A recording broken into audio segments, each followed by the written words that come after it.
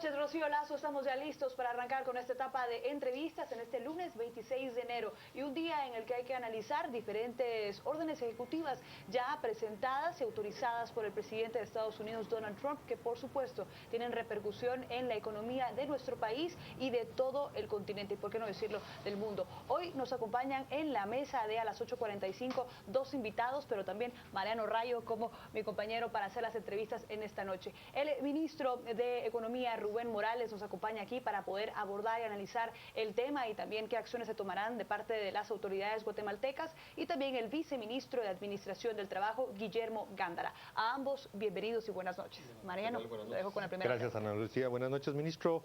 Muy concreto, el día de ayer el presidente Trump firmó dos órdenes ejecutivas, 14 puntos, fundamentalmente abordando temas de inmigración. A partir de estas decisiones e implementación, ¿cómo analiza el Ministerio de Economía la repercusión económica para Guatemala y Centroamérica? Bueno, el tema de migración para todos es conocido lo relevante que es la gran cantidad de guatemaltecos que viven allá en Estados Unidos, que trabajan en Estados Unidos y que gracias a su esfuerzo pues también hay muchos beneficios con las remesas. De las declaraciones que hemos estado viendo de las órdenes ejecutivas, yo creo que en principio la mayoría de guatemaltecos no se verán afectados porque han sido, digamos, guatemaltecos que cumplen con la norma, cumplen con la ley, y las declaraciones del presidente y las que se han hecho anteriormente dicen que los que tienen algún tipo de antecedente, los que han tenido alguna identificación... El cálculo del Departamento de Seguridad Nacional de Estados Unidos habla de 750,000 guatemaltecos con ese problema. Creo que sí es un número bastante grande.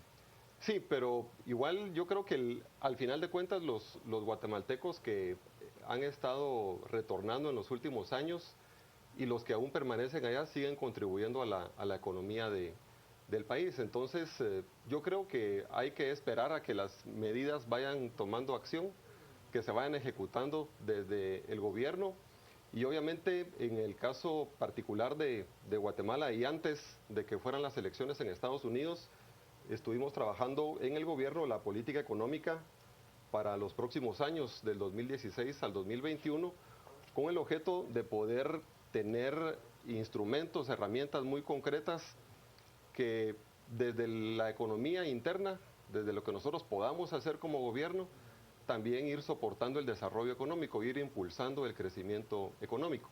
Así que ese es el esfuerzo en el que estamos nosotros, y bueno, en la medida si fueran a regresar guatemaltecos, pues nosotros tenemos que absorberlos, digamos, económicamente en el país y generar oportunidades también y herramientas, ¿verdad?, políticas para eso. Y sobre esa absorción de los cientos de miles de guatemaltecos que sin lugar a dudas tendrán que regresar a nuestro país, viceministro, ¿cómo nos estamos preparando como gobierno para poder generar las oportunidades laborales para todas estas personas que en Estados Unidos sí tenían un trabajo y al venir a Guatemala se van a enfrentar a una realidad económica difícil? Gracias, Ana Lucía y Mariano, buenas noches. Un saludo de la ministra de Trabajo y Previsión Social, ahora Leticia Teleguario.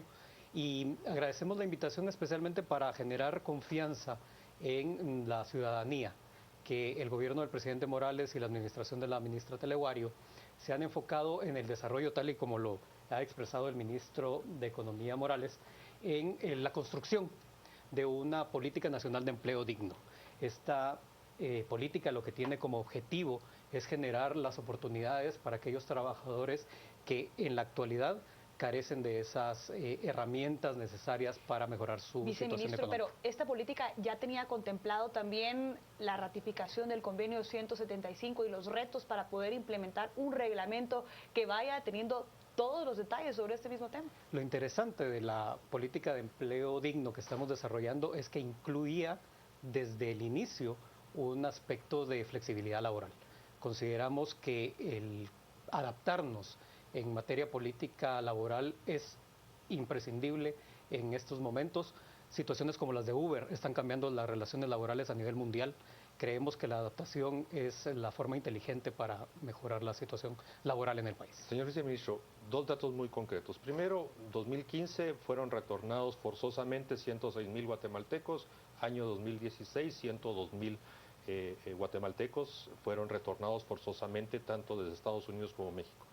¿qué oportunidades están trabajando para que, como decía acá Ana Lucía correctamente, tengan una oportunidad? Porque las razones por las que emigraron, por las que buscaron una oportunidad en Estados Unidos no se han eliminado, que es pobreza y violencia.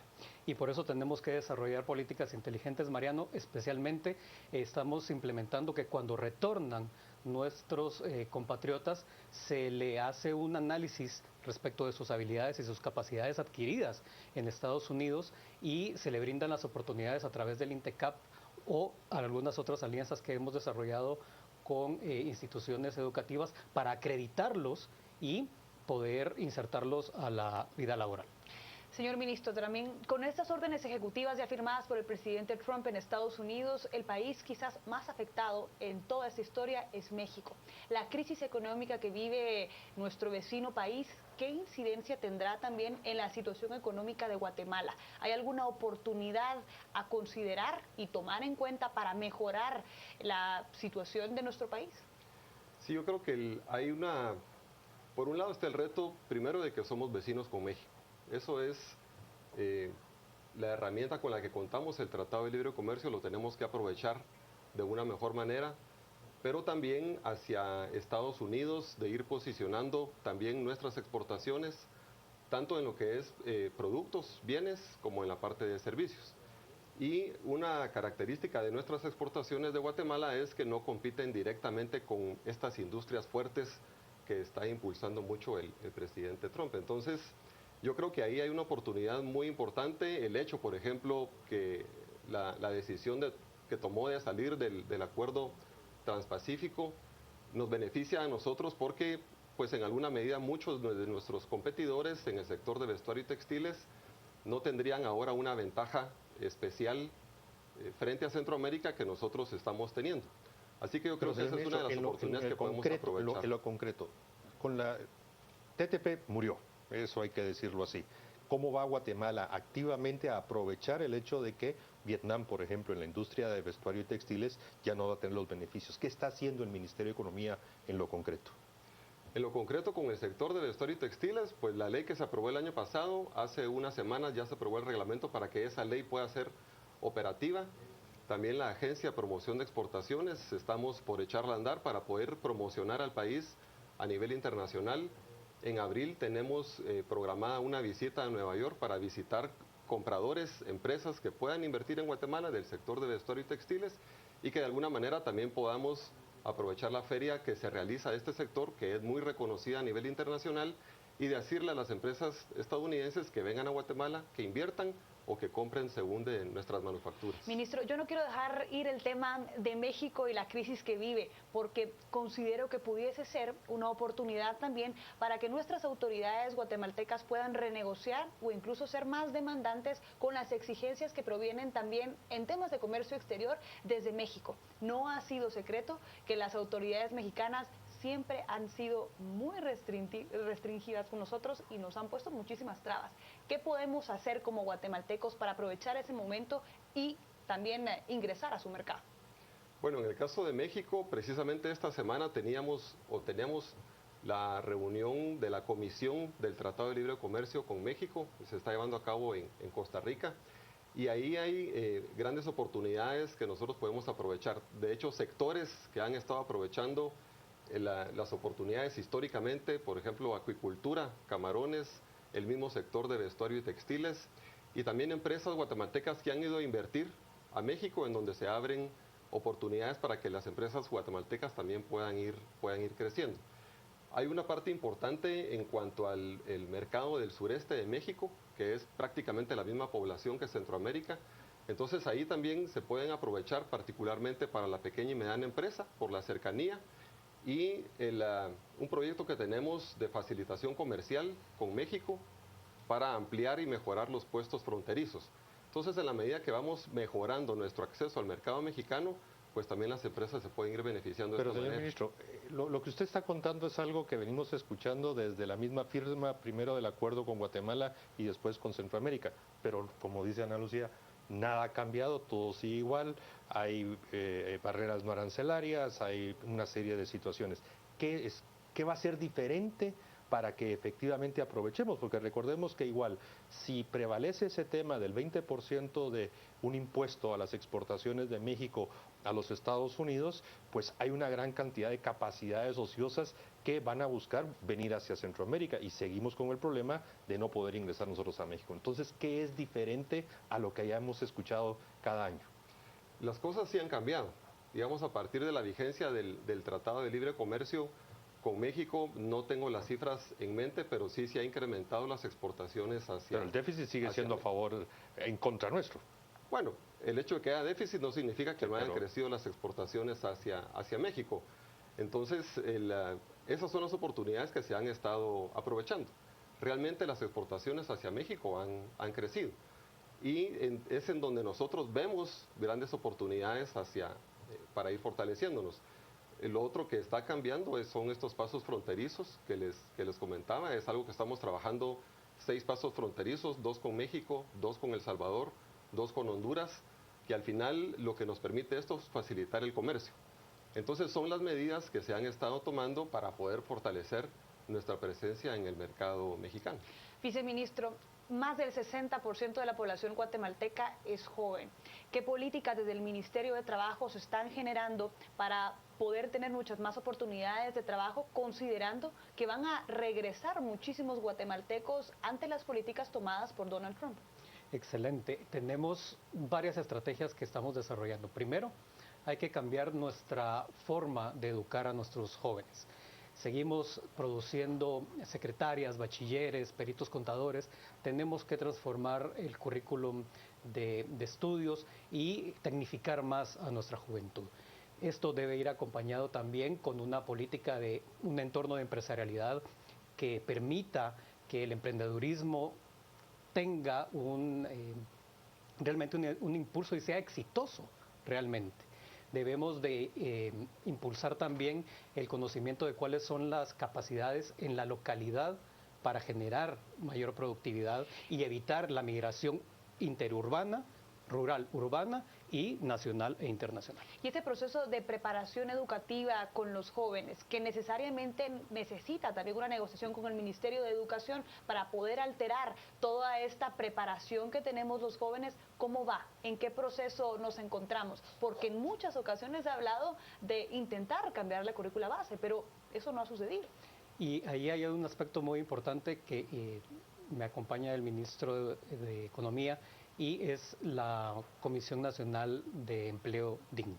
Esta comisión está liderada por el Ministerio de Trabajo, el Ministerio de Economía, el Ministerio de Educación, y están tratando de desarrollar esta política de un carácter participativo que permita tomar las decisiones a nivel interinstitucional de carácter transformador realmente de la vida de los guatemaltecos. Señor viceministro, una pregunta muy concreta. Dentro de ese entorno de empresarialidad y mejora para inversiones hacen falta 2 instrumentos. ¿Para cuándo podemos esperar el reglamento del convenio 169 y el reglamento para el convenio 175, ambos que están bajo la responsabilidad del Ministerio de Trabajo? Comienzo por el segundo, con el convenio 175.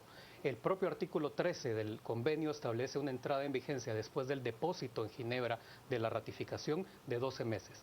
Es decir, tenemos 12 meses a partir de ese momento, que probablemente será en febrero o marzo del año en curso, en el cual podremos atender a la regulación necesaria para hacer implementable el convenio 175. Específicamente tenemos que definir de manera tripartita cuáles van a ser aquellas categorías de trabajadores que no van a estar incluidas dentro de la flexibilidad laboral que establece el convenio 175 y cuáles van a ser las estrategias para también ejercer una vigilancia adecuada del uso de esta figura contractual a tiempo parcial. Y respecto del convenio 169 y su reglamentación, pasamos todo el año anterior realizando diálogos importantes para establecer unas líneas básicas para la reglamentación y la discusión del convenio 169 y su implementación. Yo creo que estamos ante una oportunidad única de ejercer un diálogo social efectivo que permita llegar a esas 2 reglamentaciones, una más pronto que la otra. Y con esa respuesta entonces vamos a ir a una breve pausa y al regresar estaremos hablando por supuesto de qué sucederá en el Congreso de la República y qué se necesita hacer para que los diputados contemplen estos dos temas y la aprobación de 2 reglamentos con 2 convenios en específico para este mismo año. Vamos a la pausa, al regresar aquí en a las 8:45, muchas más preguntas. Escuchamos.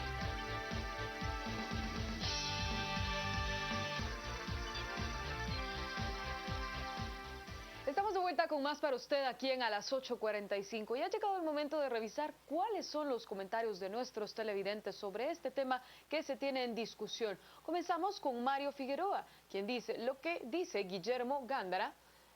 Él hace un hincapié, es que tenemos que transformar al país en uno industrial y apostar a la economía. También tenemos el comentario de Verónica Spross, comenta que debemos educar a los jóvenes de forma distinta para que sean emprendedores. Y también los 2 comentarios de Maynor Andrade, debe restablecerse reciprocidad con Estados Unidos, exigir y cobrar por visa de turistas, deportar gringos, delincuentes, etcétera. Y también nos dice, en la mente brillante de Trump, México es todo país que está al sur.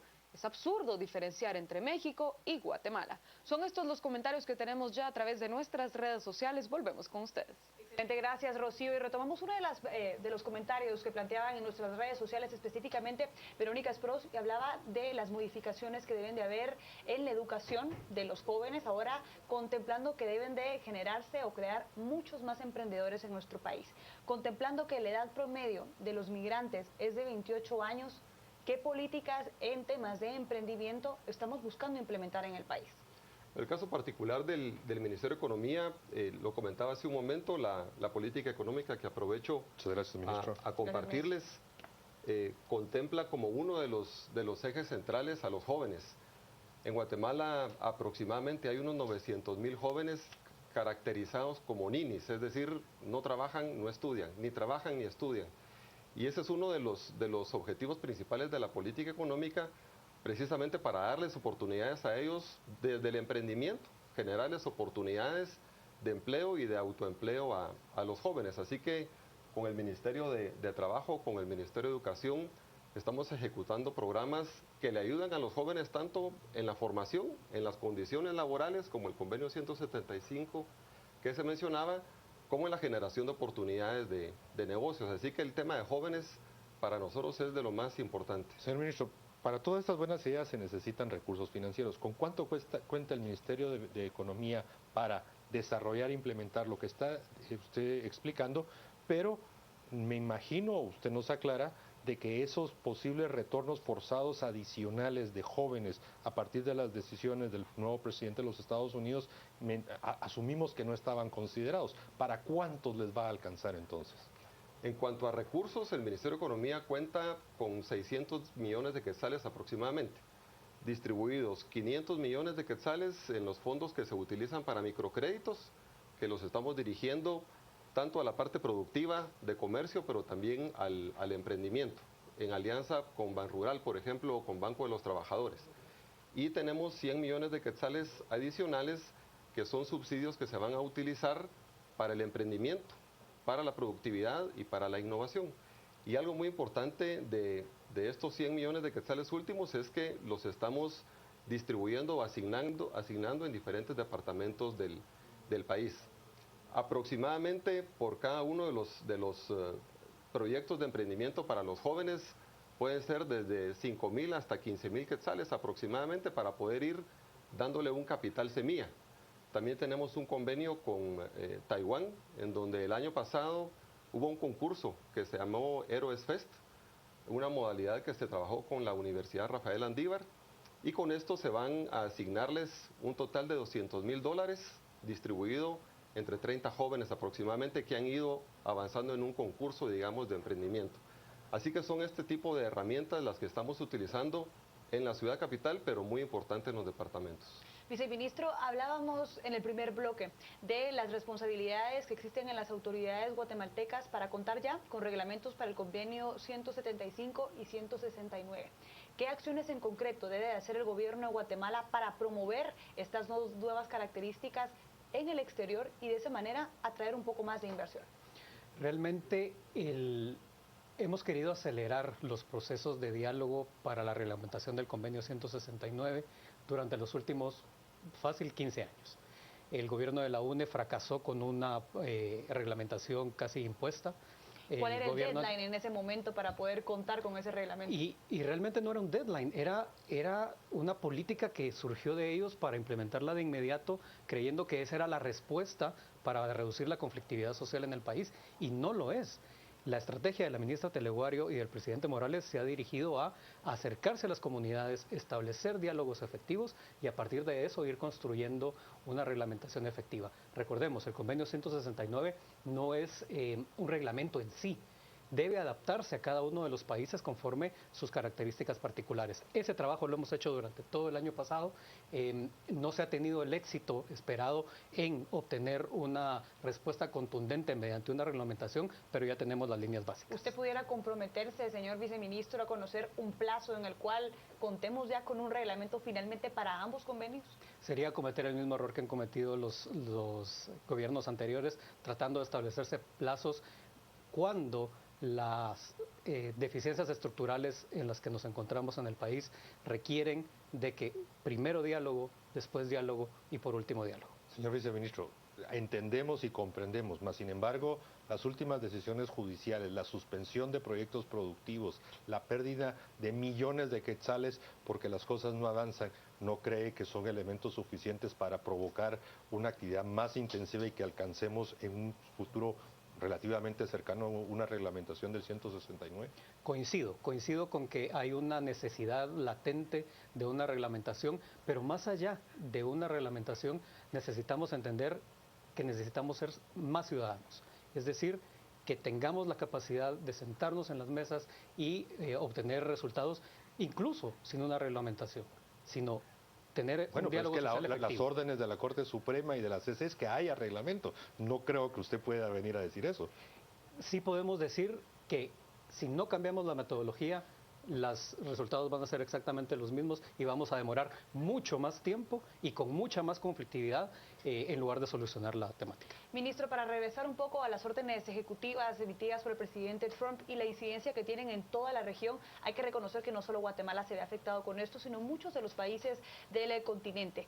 Ante esto, ¿se tiene ya proyectado el número de personas que pudieran migrar hacia nuestro país, contemplando la crisis mexicana, por ejemplo, y que no van a encontrar allá el mejor ambiente laboral y económico para invertir y puedan venir a Guatemala? ¿Nos afectará a nosotros en temas de plazas laborales?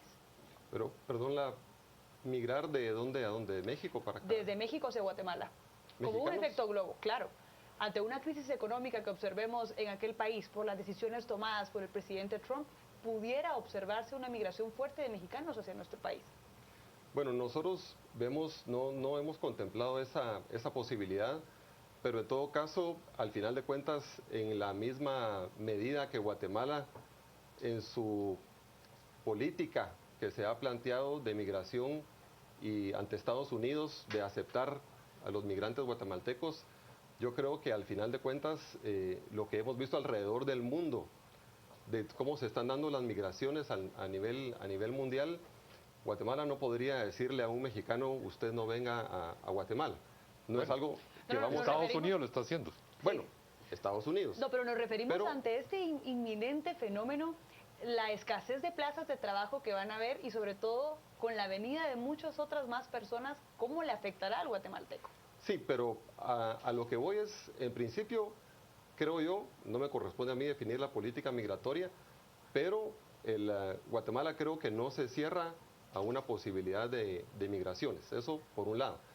Por otro lado, el caso de México frente a Estados Unidos, México también, al ser una economía pues mayor, más desarrollada que Guatemala, a nivel industrial también y de diferentes sectores, tienen ellos una red también amplia de acuerdos comerciales. Y China pues obviamente está viniendo, acercándose a muchos países, en el caso de México, para acercarse y generar oportunidades de negocios y de comercio con ellos. Entonces, es probable que también México pueda fortalecer estas oportunidades que se puedan abrir con China. Así que, si se dan las situaciones de que puedan haber migrantes mexicanos hacia Guatemala, creo que no lo podemos cerrar. Pero lo otro también muy importante es que tenemos que fortalecer nuestra relación comercial con México, ¿verdad? En función del acuerdo comercial que tenemos, tengo entendido que el presidente mexicano viene en unas semanas, en unos meses a Guatemala, y ahí es en donde se pueden abrir estas oportunidades de discusión, de relación y de cómo podemos ir mejorando nuestra relación comercial. Bueno, de hecho el canciller guatemalteco está próximo a reunirse con el canciller de México, pero señor ministro, muy concreto, ya el presidente Trump le puso un alto a NAFTA, ya Canadá dijo que quiere negociar algo individual, México se queda solo, existe esa posibilidad de que NAFTA termine. Ahora, ¿usted ve alguna posibilidad de que posteriormente CAFTA sea por la presidencia del presidente Trump dicho, bueno, quiero entrarle a renegociar CAFTA? ¿Usted ve esa posibilidad? Y si es así, ¿cómo estamos preparados para renegociar? En este momento yo no veo una posibilidad que se plantee una renegociación de CAFTA, porque lo que ha dicho el presidente Trump es cómo ha afectado México a la industria estadounidense, ¿verdad? Porque vienen empresas estadounidenses, se instalan en México por una diferencia de costos y exportan entonces a Estados Unidos. Esa es la naturaleza de NAFTA desde un principio. Entonces, el caso de Guatemala, yo en este momento creo que no se puede dar una renegociación de CAFTA en función de que nuestros productos, decía hace un momento, no compiten directamente con la industria estadounidense. Pero hay sectores como el sector agrícola, el sector vestuario, donde sí competimos. Pero podría darse una alianza. Recuérdese que tenemos algunos temas en el área ambiental y laboral donde podría haber una alianza en Estados Unidos diciendo, mire, Guatemala, Centroamérica no cumple con esa norma, entonces denúncielo. Sí, todo es posible, ¿verdad? Hablando de escenarios agrícolas y vestuario y textiles, sí, pero no en la medida como afecta o el volumen de comercio que tiene México con Estados Unidos. Y la parte laboral, ambiental, pues Guatemala, y no voy a hablar por el Ministerio de Trabajo, pero en la medida de lo posible se han ido tomando medidas, Guatemala tratando de regularizar todas estas condiciones laborales ambientales, y en con el gobierno del presidente Morales, el Ministerio de Ambiente pues también ha ido cumpliendo con toda esa normativa, hacer que las empresas también cumplan la normativa ambiental. Así que yo creo que lo tenemos que hacer bien, y la expectativa de que podamos mantener las condiciones con Estados Unidos. Ministro Morales, viceministro Gándara, a ambos les agradecemos por haber aceptado nuestra invitación en esta noche a las 8:45. Ya ve usted cuáles son los escenarios y también las acciones que pretende realizar las autoridades de gobierno con respecto a las nuevas medidas tomadas por el presidente Trump en Estados Unidos. Con esto vamos a la pausa. Al regresar estaremos hablando de la conformación de la Comisión de Derechos Humanos en el Congreso. Ya volvemos.